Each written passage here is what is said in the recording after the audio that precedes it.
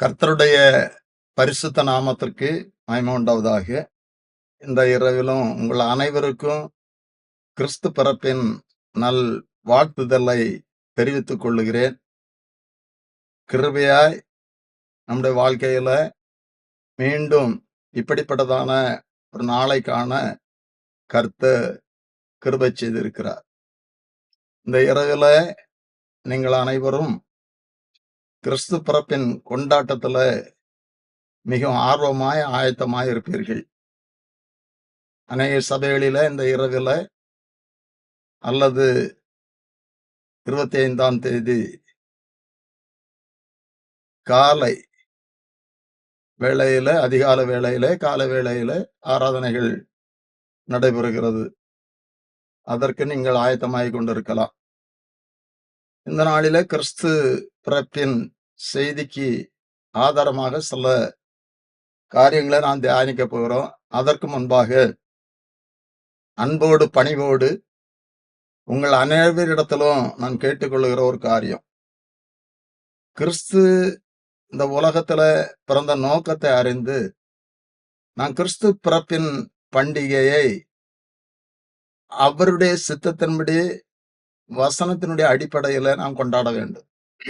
ஏன் சொல்லுகிறேன் என்று சொன்னால், இன்றைக்கு கிறிஸ்து பிறப்பின் பண்டிகை அது வீணாய் ஆசரிக்கிற ஒரு பண்டிகை போல காணப்படுகிறது. கிறிஸ்தவர்களும் கூட பார்ட்டி வைக்கிறாங்க, குடிக்கிறாங்க, இன்னும் அநேக காரியங்களை அலட்சியமாய் செய்யறாங்க. இதற்கெல்லாம் வேதம் ஒத்துக்கொள்ளவில்லை. கர்த்தருடைய நோக்கம் அதுவல்ல. மனிதன் பாவத்துல அழிந்து கொண்டிருந்த சூழ்நிலையில தேவகுமாரனை இந்த உலகத்துல அனுப்பினார். அவர் பிறந்ததின் மூலம் நம்முடைய வாழ்க்கையில பெரிதான ஒரு விடுதலை, பாவத்திலிருந்து விடுதலை, சாபத்திலிருந்து விடுதலை, சத்திரின் போராட்டத்திலிருந்து விடுதலை, பெரிதான ஆசீர்வாதத்தை நமக்கு அவர் ஆயத்தப்படுத்தினார். இன்றைக்கு அந்த ஆசீர்வாதத்தை பெற்றுக் கொள்ளுகிறதான ஒரு கிறிஸ்துமஸ் கொண்டாட்டம் இருக்க வேண்டும். இன்றைக்கு அநேக ஜனங்கள் மத்தியில, அநேக கிறிஸ்தவர்கள் மத்தியில களியாட்டம், சிலம்பாட்டம், கொண்டாட்டம். நான் வேதனையோடு சொல்லுகிற ஒரு காரியம், யாரையும் குறை சொல்ல நான் தகுதியற்றவன். ஆனால் கிறிஸ்தவருடைய வாழ்க்கையில செய்யப்படுகின்ற, சபையில செய்யப்படுகின்ற காரியங்கள் அனைத்தும் பக்தி விருத்தியை உண்டாக்க வேண்டும். கேரல் கூட இன்றைக்கு இதனுடைய நோக்கத்திற்கு அப்பாற்பட்டு நடத்தப்படுகிறது. கேரல் நடத்துகிறது தவறு என்று சொல்லவில்லை, சந்தோஷமான காரியம்தான். ஆனால் இந்த கேரல் நாம் மற்றவர்களுக்கு, கிறிஸ்துவ அறியாதவர்களுக்கு போய் சொல்லுகிற ஒரு கேரலாக அதன் நோக்கத்தை நிறைவேற்றுகிறதாக இருக்க வேண்டும். என்னுடைய எண்ணத்தை சொல்லுகிறேன். இதை கேட்கிற நீங்கள் கூட இதை நீங்கள் ஏற்றுக்கொள்வதும் ஏற்றுக்கொள்ளாததும் உங்களுடைய விருப்பம். ஆனால் வசனத்திற்கு ஒத்த ஒரு கொண்டாட்டமாக கிறிஸ்துமஸ் கொண்டாட்டம் இருக்க வேண்டும். முதலாவது, கிறிஸ்து பிறந்த செய்தியை தூதர்கள் யாருக்கு அறிவித்தார்கள்? அதற்கு காரணம் என்ன? அறிவிக்கப்பட்டவர்கள் என்ன செய்தார்கள் என்று சொல்லி இந்த இரவில் ஒரு செய்தியை நாம் தியானிக்க போகிறோம். கர்த்தர் நமக்கு உதவி செய்வாராக, நம்மை ஆசீர்வதிப்பாராக. லூக்கா 2ஆம் அதிகாரம் 10வது வசனம், தேவதூதன் அவர்களை நோக்கி, பயப்படாதீர்கள், இதோ எல்லா ஜனத்திற்கும் மிகுந்த சந்தோஷத்தை உண்டாக்கும் நற்செய்தியை உங்களுக்கு அறிவிக்கிறேன். இன்று கர்த்தராகிய கிறிஸ்து என்ன இரட்சகர் உங்களுக்கு தாவீதின் ஊரிலே பிறந்திருக்கிறார் என்று சொல்லி சில காரியங்களை இங்கே சொல்லுகிறார். இது மேய்ப்பர்களுக்கு அறிவிக்கப்படுகிறது. இயேசு கிறிஸ்து இந்த உலகத்தில் பிறந்த நோக்கம் நம்முடைய வாழ்க்கையில் நிறைவேற வேண்டும். அவர் நம்முடைய உள்ளத்துல பிறக்க வேண்டும். அன்று பெத்லகேமில பிறந்தவர் நம்முடைய உள்ளத்துல, நம்முடைய குடும்பத்துல பிறக்க வேண்டும்.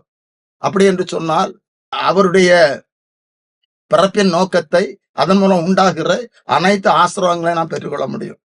8வது வசனத்துல இருந்து வாசிப்போம் என்று சொன்னால், அப்பொழுது அந்த நாட்டிலே மேய்ப்பர்கள் வயல்வெளியில் தங்கி ராத்திரியிலே தங்கள் மந்தையை காத்து கொண்டிருந்தார்கள். ராத்திரியில மந்தையை காத்து கொண்டிருந்தார்கள். மேய்ப்பருடைய தியாகத்தை குறித்து நாம் அறிந்திருக்கிறோம். ராத்திரியில மேய்ப்பர்கள் மந்தையை காத்து கொண்டிருந்தார்கள். அவ்வேளையிலே கர்த்தருடைய தூதன் அவர்களிடத்து வந்தேற்றான். கர்த்தருடைய மகிமை அவர்களை சுற்றிலும் பிரகாசித்தது. அவர்கள் மிகவும் பயந்தார்கள். தொடர்ந்துதான் தேவதூதன் அவர்களை நோக்கி பயப்படாதீர்கள் என்று சொல்லி இயேசு கிறிஸ்து பிறந்த செய்தியை சொல்லுகிறார். ஒரு ஆச்சரியமான காரியம். இயேசு கிறிஸ்து பிறந்த செய்தி ஒரு ராஜாவுக்கு அறிவிக்கப்படவில்லை. உலகத்தில் உயர்ந்தவர்களுக்கு, முக்கியமானவர்களுக்கு அறிவிக்கப்படவில்லை. மேய்ப்பர்களுக்கு அறிவிக்கப்படுகிறது. மேய்ப்பர்கள் அற்பமாய் எண்ணப்படுகிறவர்கள். எகிப்தியர்களுக்கு எபிரேயர்கள் ஆடு மேய்க்கிறவர்கள் என்று சொல்லி மேய்ப்பர்கள் அருவருப்பாய் அவர்களை எண்ணினார்கள். பாலஸ்தீன தேசத்துல மேய்ப்பர்கள் மிகவும் அற்பமாய் எண்ணப்படுவார்களாம். அவர்களை அவர்கள் ஏற்றுக்கொள்வதில்லையா? அவர்கள் தேசத்திற்கு புறம்பாக்கப்படுவார்களா? அப்படிப்பட்ட மேய்ப்பர்களுக்கு இயேசுவின் பிறந்த செய்தி அறிவிக்கப்படுகிறது. பிள்ளைகளை, இன்று அற்பமாய் எண்ணப்படுகிறவர்களை, மற்றவர்களால் புறக்கணிக்கப்படுகிறவர்களை இயேசு நேசிக்கிறார். அந்த மேய்ப்பர்களுக்கு அறிவிக்கப்பட்டது. அந்த மேய்ப்பர்கள் என்ன செய்தார்கள்? இன்று நாம் என்ன செய்ய வேண்டும்? நாம் கிறிஸ்தவர்கள் கிறிஸ்துமஸ் பண்டிகையை கொண்டாடுகிறோம். புத்தாடை, இன்னும் அநேக காரியங்கள் நல்லது, அது தவறல்ல. உலகம் முழுவதும் ஒரே நாளில கொண்டாடப்படுகிற பண்டிகை கிறிஸ்துமஸ் பண்டிகை. இயேசு கிறிஸ்து இந்த உலகத்துல பிறந்தது உண்மை. அது யாராலும் மறக்க முடியாது. உலக சரித்திரம் 2ஆக பிரிக்கப்பட்டு இருக்கிறது. எந்த ஒரு மனிதனாலும் இயேசு கிறிஸ்துவின் வருகையை மறக்க முடியாது, மறைக்க முடியாது. கிறிஸ்துக்கு முன் கிறிஸ்துக்கு பின் என்று சொல்லி இயேசு பிறந்ததன் மூலம் இந்த உலக சரித்திரம் 2ஆக பிரிக்கப்பட்டது. பிள்ளைகளே, அப்படிப்பட்டதான உண்மையான உன்னதமான தேவனுடைய பிள்ளைகளாய், இயேசுவின் பிள்ளைகளாய் நாம் காணப்படுகிறோம். நாம் எப்படிப்பட்டவர்களாய் இருக்க வேண்டும்? இங்கே மேய்ப்பர்கள் செய்த காரியம் 15வது வசனத்துல சொல்லப்பட்டிருக்க, தேவதூதர்கள் அவர்களை விட்டு பரலோகத்திற்கு போன பின்பு மேய்ப்பர்கள் ஒருவரை ஒருவர் நோக்கி, நாம் பெத்லகேம் ஊருக்கு போய் நடந்ததாக கர்த்தரால் நமக்கு அறிவிக்கப்பட்ட இந்த காரியத்தை பார்ப்போம். அப்படி என்று சொன்னால், இங்க கர்த்தரால் அறிவிக்கப்பட்ட தேவதூதன் அவர்களுக்கு அறிவிக்கிறார். மேய்ப்பர்கள் ஒருவரோடு ஒரு பேசிக் கொள்ளுகிறார்கள். கர்த்தரால் அறிவிக்கப்பட்ட இந்த காரியத்தை போய் பார்ப்போம் அப்படி என்று சொன்னால், முதலாவது அதை விசுவாசிக்கிறார்கள். இந்த இரவுல நான் உங்களுக்கு சொல்லுகிற செய்தி, கிறிஸ்தவர்கள் கிறிஸ்துமஸ் பண்டிகை கொண்டாடுகிறவர்கள் ஆனாலும், கிறிஸ்து இந்த உலகத்துல வந்ததை முழுமையாய் நம்புகிறோமா அப்படி என்று சொன்னால், எதற்காய் வந்தார் என்பதை நாம் விசுவாசிக்க வேண்டும். இவர்கள் முதலாவது விசுவாசித்தார்கள். விசுவாசம் இல்லாமல் கர்த்தருக்கு பிரியமாய் நடப்பது கூடாத காரியம் என்று சொல்லி எபிரேயர் 11வது அதிகாரத்துல நம்ம பார்க்கிறோம். நான் இந்த இரவுல நான் உங்களுக்கு சொல்லுகிற செய்தி, முதலாவதாக அவருடைய பிறப்பின் செய்தி மேய்ப்பர்களுக்கு அறிவிக்கப்பட்டது. அதை கேட்ட அந்த மேய்ப்பர்கள் அதை விசுவாசித்தார்கள். இன்று நாமும் அதை முழுமையாய் விசுவாசிக்கணும். விசுவாசிக்கிறோம்னு சொன்னா,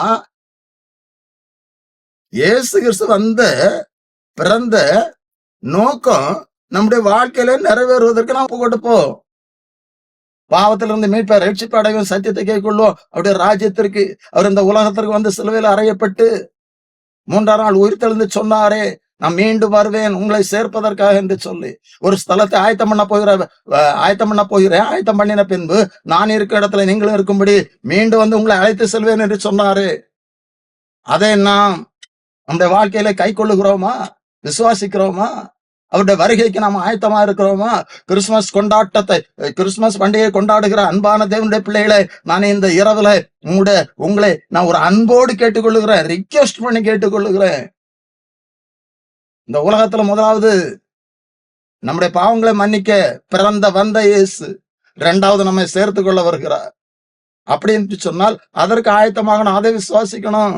இங்க அந்த மேய்ப்பர்கள் அதை விசுவாசித்தார்.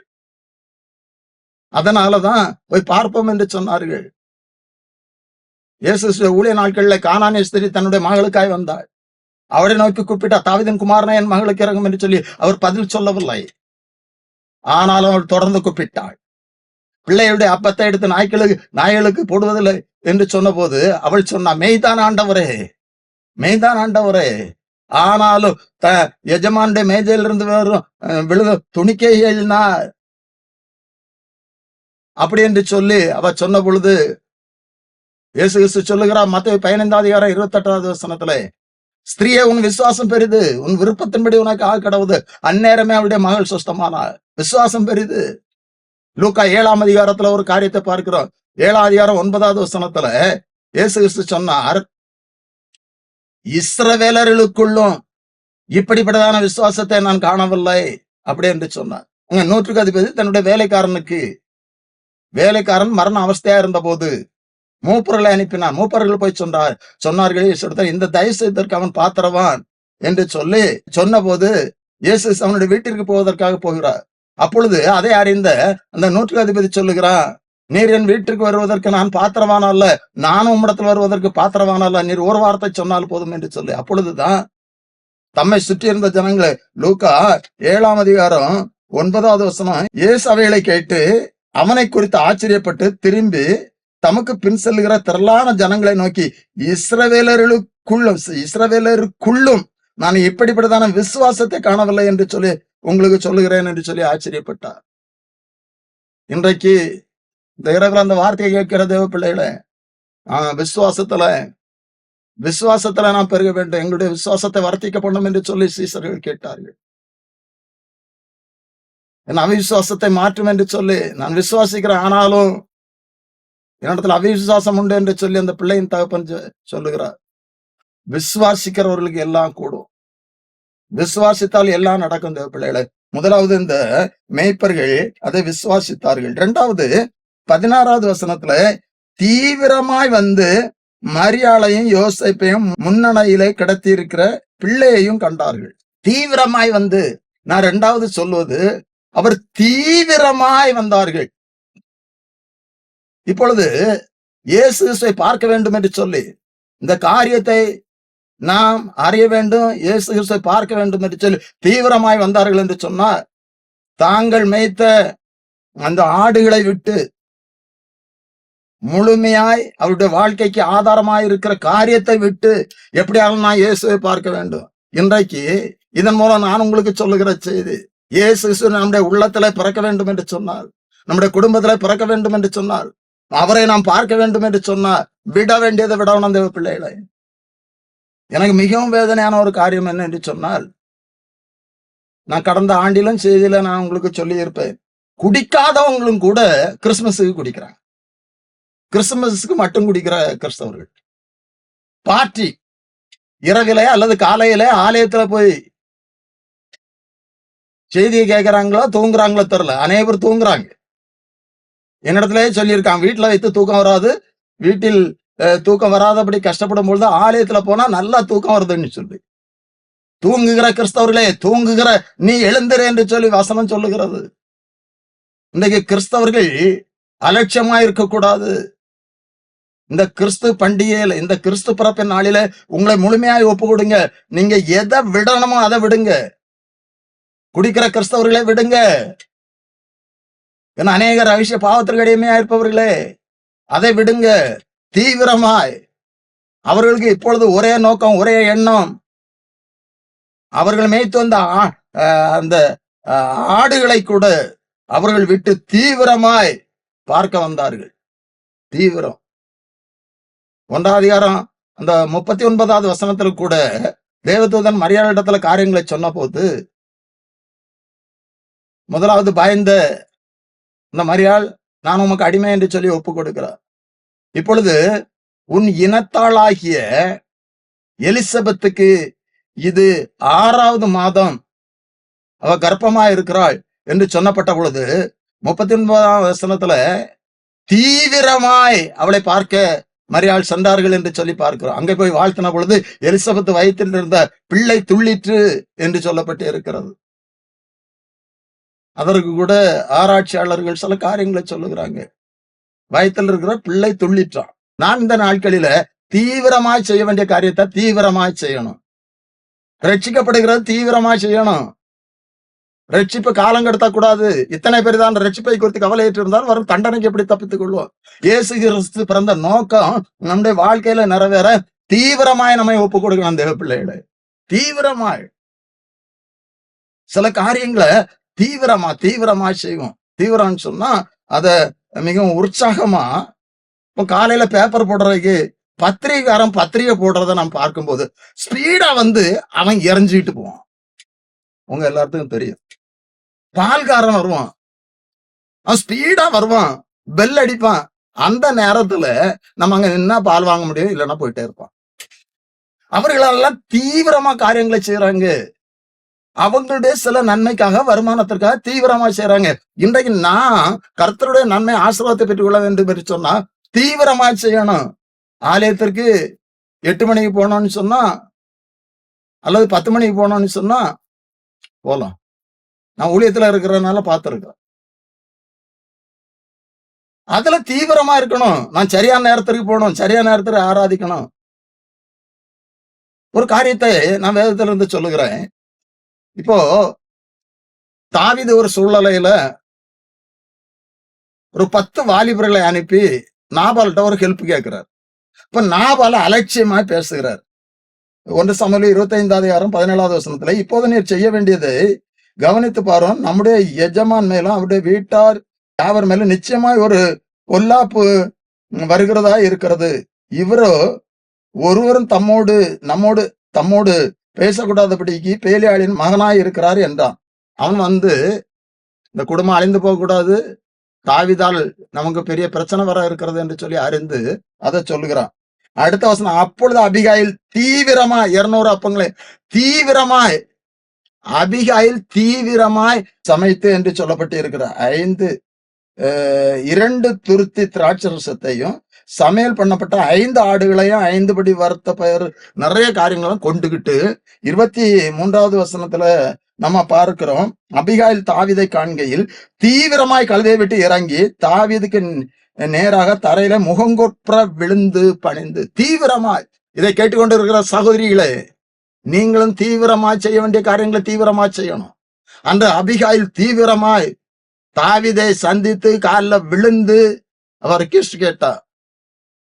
பேலியாளின் மனுஷனாய் இருக்கிறார், அவர் செய்ததை நீர் நினைத்து என் குடும்பத்துக்கு தீங்கு செய்து விடாதோன்னு சொல்லி அவர் ரொம்ப ரிக்வெஸ்ட் பண்ணா. 33வது வசனத்துல, நீ சொல்லிய யோசனை ஆசீர்வதிக்கப்படுவதற்கு நான் ரத்தம் சிந்த வராதபடிக்கு என் கையே பழி வாங்காதபடிக்கும் நீ இன்றைய தினம் எனக்கு தடை பண்ணினபடியா நீ ஆசீர்வதிக்கப்படுவாயாக. நீ தீவிரமா என்னை சந்திக்க வராமல் இருந்தாயானால் பொழுது விடிய மட்டும் நாவலுக்கு ஒரு நாயும் உயிரோடு வைக்கப்படுவதில்லை என்று அப்படி என்று சொல்லி தாவீது சொல்லுகிறார். நீ தீவிரமாய் என்னிடத்துல நீ ரிக்வெஸ்ட் பண்ணாவிட்டால், என்னை சந்திக்க வராவிட்டால் எல்லாம் அழித்து போடுவேன் என்று சொல்லி. அப்ப அபிகாயில் தீவிரமாய் செயல்பட்ட காரணத்தினால் அந்த குடும்பம் காக்கப்பட்டது. இதன் மூலம் நான் உங்களுக்கு சொல்லுகிற செய்தி, அன்பான தேவனுடைய பிள்ளைகளை, நீங்கள் தீவிரமாய் செய்ய வேண்டிய காரியங்களை தீவிரமாய் செய்யணும். ஒருவேளை உங்க குடும்பத்துல சில பாவங்கள், கர்த்தருக்கு பிரியமில்லாத காரியங்கள் இருக்கலாம்.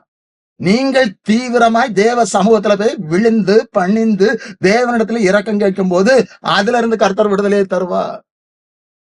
இந்த தீவிரமா செய்ய வேண்டிய காரியம், அநேக காரியங்களை நாம தீவிரமா செய்யறோம். ஒரு காரியத்தை செய்யணும்னு சொன்னா அவசரமா புறப்பட்டு போகிறோம். இங்கே அந்த மேய்ப்பர்கள் தீவிரமாய் என்று சொல்லப்பட்டு இருக்கிறது. அவர்கள் தீவிரமாய் போனார்கள். நாமும் தீவிரமாய் செய்ய வேண்டிய காரியங்களை செய்வோம். 3வதாக அந்த 17வது வசனம் இப்படியா சொல்லுகிறது, கண்டு அந்த பிள்ளையை குறித்து தங்களுக்கு சொல்லப்பட்ட சங்கதியை பிரசித்தம் பண்ணினார்கள். அந்த பிள்ளையை கண்டு, இயேசு கிறிஸ்துவை கண்டு பிரசித்தம் படுத்தினார்கள். அதாவது நம்முடைய அனுபவத்துல நாம் புரிந்து கொள்ளும்படி விளம்பரம் பண்ணினார், மற்றவர்கள் அதை அறிவித்தார்கள். இன்றைக்கு நாம என்ன செய்யறோம்? கிறிஸ்து பிறந்த நோக்கத்தை மற்றவர்களுக்கு அறிவிக்கணும். இன்றைக்கு கிறிஸ்துவை அறியாத எவ்வளவோ ஜனங்கள் இருக்கிறார்கள், அறிந்தும் ஏற்றுக்கொள்ளாத ஜனங்கள் இருக்கிறார்கள். அநேக பேர். கடந்த நாட்களில நான் வாக்கிங் போகும்போது ஒரு சகோதரனை சந்தித்தேன். அந்த சகோதரன் பார்ப்பதற்கு ரொம்ப வித்தியாசமா இருந்தார். எனக்கு எந்த சூழ்நிலையிலும் யாரு சந்தித்தாலும் இயேசு பற்றி சொல்ல வேண்டும் என்று சொல்லி ஒரு வாஞ்சை உண்டு. அதுல சில பிரச்சனைகள் வரலாம். அதற்காக நாம் பயந்து கொண்டிருந்தா நாம் இயேசு கிறிஸ்துவை சொல்ல முடியாது. அவரை பார்த்த பொழுது அவருடைய தோற்றம் எல்லாம் வித்தியாசமா இருந்து, நான் அப்ப பார்த்து, நீங்க எங்க இருக்கீங்க? எப்படி என்று சொல்லி அவர்கள குறித்து விசாரித்தேன். அவர் சொன்னார், உங்க ஊர்ல தான் இருக்கிறேன். நான் 2 வருஷமா இங்க தான் இருக்கிறேன் அப்படின்னு சொன்னார். நான் இயேசுவ பத்தி கொஞ்சம் சொன்னேன். அது எனக்கு நல்லா தெரியும். நான் கடந்த நாட்களில் ரொம்ப பலவீனமா இருந்த பொழுது, எனக்கு அவரை குறித்து ஒருவர் மூலம் சொல்லப்பட்ட அதன் மூலம் எனக்கு விடுதலை கிடைத்தது. நான் அப்ப சொன்னேன், ஆலயத்துக்கு வரணும்னு சொன்னேன். வர்றேன்னு சொல்லியிருக்கிறார். ஊழியத்திற்காக நீங்கள் ஜெபித்துக் கொள்ளுங்கள். இதை கேட்டுக்கொண்டு இருக்கிறோம். எங்களுடைய ஊழியத்திற்காக. எல்லா ஆத்துமாக்கள் ரட்சிக்கப்படணும் என்று அறிவிக்கணும் அங்கே. இன்றைக்கு இயேசு கிறிஸ்துவை குறித்து மற்றவர்களுக்கு அறிவிக்கணும். பிரசித்தப்படுத்தணும். கிறிஸ்துமஸ் கொண்டாட்டம் நம்ம மட்டும் கொண்டாடினா போதாது. நான் எப்பொழுதும் சொல்லுகிற ஒரு காரியத்தை கூட சொல்லுகிறேன். நீங்க அதிகமாய் ட்ரெஸ் எடுக்க விரும்பலாம். விலையுயர்ந்த ட்ரெஸ் எடுக்கலாம். கொஞ்சம் குறைச்சிட்டு ஒரு ஏழைக்கு ஒரு ட்ரெஸ் எடுத்து கொடுங்க. நான் வஸ்திரம் இல்லாமல் இருந்தேன். எனக்கு வஸ்திரத்தை கொடுத்தீர்கள் என்று சொல்லப்பட்டிருக்கிறது. இந்த வீணான கொண்டாட்டம், வீணான செலவுகள் அதெல்லாம் தவிர்த்து இயேசு கிறிஸ்து பிறந்த நோக்கம் நம்முடைய வாழ்க்கையில் நிறைவேறட்டும். தேவப்பிள்ளை இங்க பிரசித்தப்படுத்தினார்கள். இதை குறித்து வேதம் சொல்லுகிற சில வசனங்களை நான் உங்களுக்கு நினைவுபடுத்துகிறேன். ஏசாயா 52ஆம் அதிகாரம் 7வது வசனம் இப்படியா சொல்லுகிறது, சமாதானத்தை கூறி நற்காரியங்களை சுவிசேஷமா அறிவித்து ரட்சிப்பை பிரசித்தப்படுத்தி உன் தேவன் ராஜரீகம் பண்ணுகிறார் என்று சீயோனுக்கு சொல்லுகிற சுவிசேஷனுடைய பாதங்கள் மலைகளின் மேல் எவ்வளவு அழகா இருக்கிறது. பிரசித்தப்படுத்தி உன் தேவன் ராஜரீகம் பண்ணுகிறார். சுவிசேஷத்தை அறிவித்து ரட்சிப்பை பிரசித்தப்படுத்தி சுவிசேஷத்தை, இயேசு கிறிஸ்து பிறந்தார் என்ற சுவிசேஷத்தை, இந்த உலகத்திற்கு அவர் வந்தார், நம்முடைய பாவத்திற்கு வந்தார் என்ற சுவிசேஷத்தை பிரசித்தப்படுத்தணும். அப்படிப்பட்ட பாதங்கள் எவ்வளவு அழகா இருக்கிறது. விலை உயர்ந்த செருப்பை போட்ட உடனே பாதம் அழகா மாறிடாது. நெயில் பாலிஷ் அடிச்ச உடனே பாதம் அழகா மாறிடாது. இந்த இரவுல நான் உங்களுக்கு சொல்லுகிறேன், அன்பான சகோதர சகோதரி, இயேசுவை பற்றி பிரசித்தப்படுத்தணும். நம்முடைய பாதங்கள் அழகா இருக்கும். அப்படி என்று சொன்னால் நம்முடைய ஜீவியம் ஆசீர்வதிக்கப்படும். பாதங்கள் அழகா இருக்கும் போது நம்முடைய சரீரத்துல இருக்கிற வியாதிகள் மாறும், பிரச்சனைகள், போராட்டங்கள் மாறும். மூன்றாவதாக அவன் பிரசித்தப்படுத்தினான். இயேசு கிறிஸ்துவிலிருந்து விடுதலை பெற்ற அநேக பேர் அவரை பிரசித்தப்படுத்தினதை நாம் வேதத்தில் பார்க்க முடியும். ஒரு காரியத்தை நான் உங்களுக்கு சொல்லுகிறேன். மத்தேயு 9ஆம் அதிகாரம் 31வது வசனத்துல, அவர்களோ புறப்பட்டு அத்தேசம் எங்க அவருடைய கீர்த்தியை பிரசித்தம் பண்ணினார்கள். யார் என்று சொன்னால் 2 குருடர்கள் இயேசு இடத்துல வந்து எங்களுக்கு இறங்க, அப்பொழுது அவர்களுடைய கண்களை அவர் தொட்டு, அதற்கு முந்தின வசனம் இப்படியா சொல்லுகிறது, இயேசு அவிடம் விட்டு போகையில் 2 குருடர்கள் அவர் பின்னே சென்று, தாவீதின் குமாரனே எங்களுக்கு இறங்கும் என்று சொல்லி இறங்கும் என்று கூப்பிட்டார்கள். அவர் வீட்டுக்கு வந்த பின்பு அந்த குருடர்கள் அவரிடத்தில் வந்தார்கள். இயேசு அவர்களை நோக்கி, இதை செய்வதற்கு எனக்கு வல்லமை உண்டு என்று விசுவாசிக்கிறீர்களா என்று கேட்டார். அதற்கு அவர்கள், ஆம் விசுவாசிக்கிறோம் ஆண்டவரே என்றார்கள். அப்பொழுது அவர்களுடைய கண்களை அவர் தொட்டு, உங்கள் விசுவாசத்தின்படி உங்களுக்கு ஆகடவது என்றார். இப்பொழுது அவர்கள் விடுதலை பெற்றார்கள். விடுதலை பெற்றவர்கள் வீட்டிற்கு போகவில்லை. அவர்கள் 31வது வருஷம் அவர்களும் புறப்பட்டு தேசம் எங்க அவருடைய கீர்த்தியை பிரசித்தம் பண்ணினார்கள். இயேசு கிறிஸ்து நமக்கு தந்த விடுதலை, இயேசு கிறிஸ்து நமக்கு செய்த நன்மை, நாம் பெற்ற ஆசீர்வாதத்தை மற்றவர்களுக்கு சொல்லணுங்க. இந்த இரவில ஒரு தீர்மானம் எடுங்க. அன்பான தேவனுடைய பிள்ளைகளே, நான் உங்களை அன்போடு கேட்டுக்கொள்கிறேன். இந்த இரவில ஒரு தீர்மானம் எடுப்போம். இயேசுவை பிரசித்தப்படுத்தணும். அப்படியே இன்னும் வேதத்துல அநேக பேர், லூக்கா 8ஆம் அதிகாரம் 39வது வசனத்திலும் கூட ஒரு காரியம் சொல்லப்பட்டிருக்கிறது. லூக்கா 8ஆம் அதிகாரம் 39வது வசனம், இயேசு அவனை நோக்கி, நீ உன் வீட்டுக்கு திரும்பி போ, தேவன் உனக்கு செய்ததையெல்லாம் அறிவி என்று சொல்லி அவனை அனுப்பிவிட்டார்.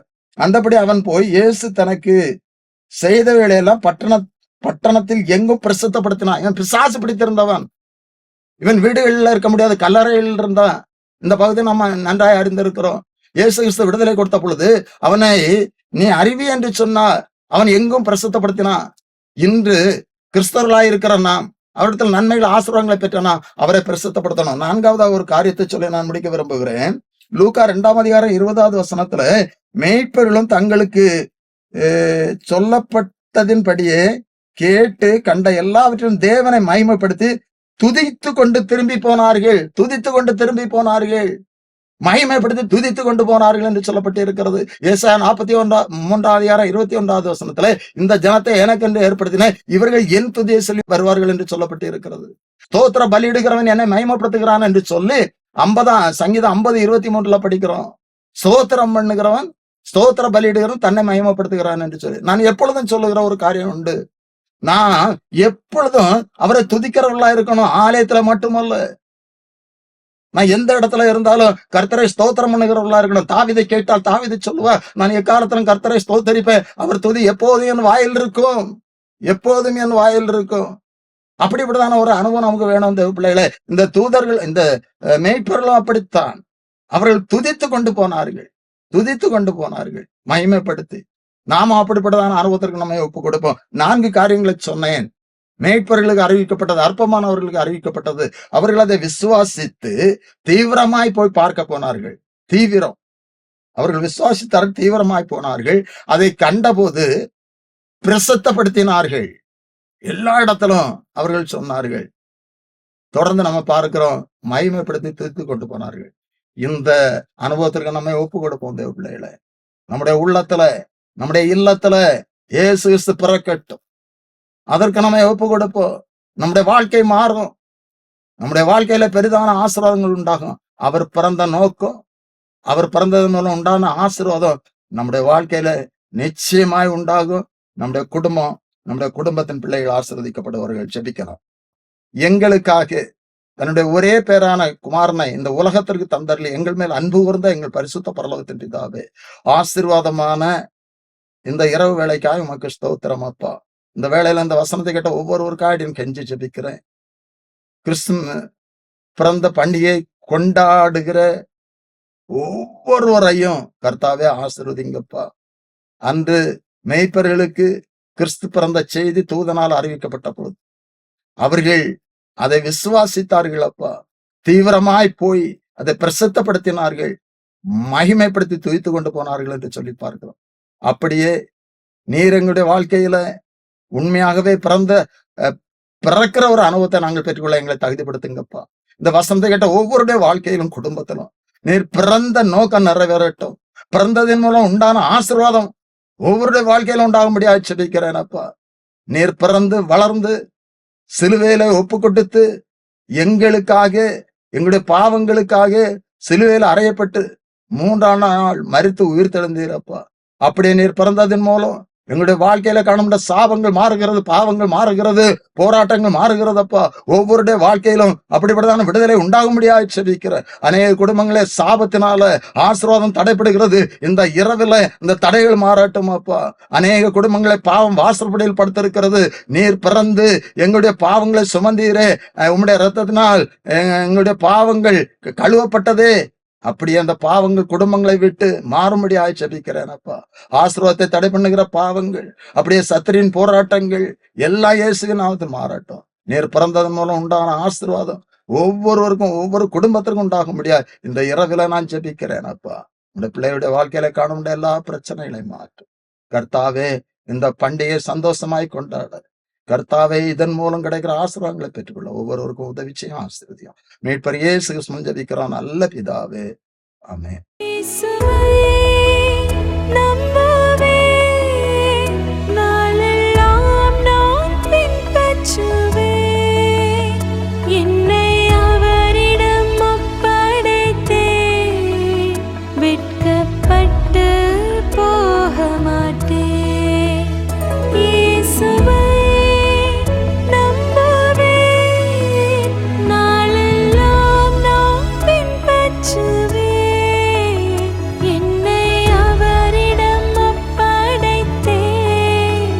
வெட்க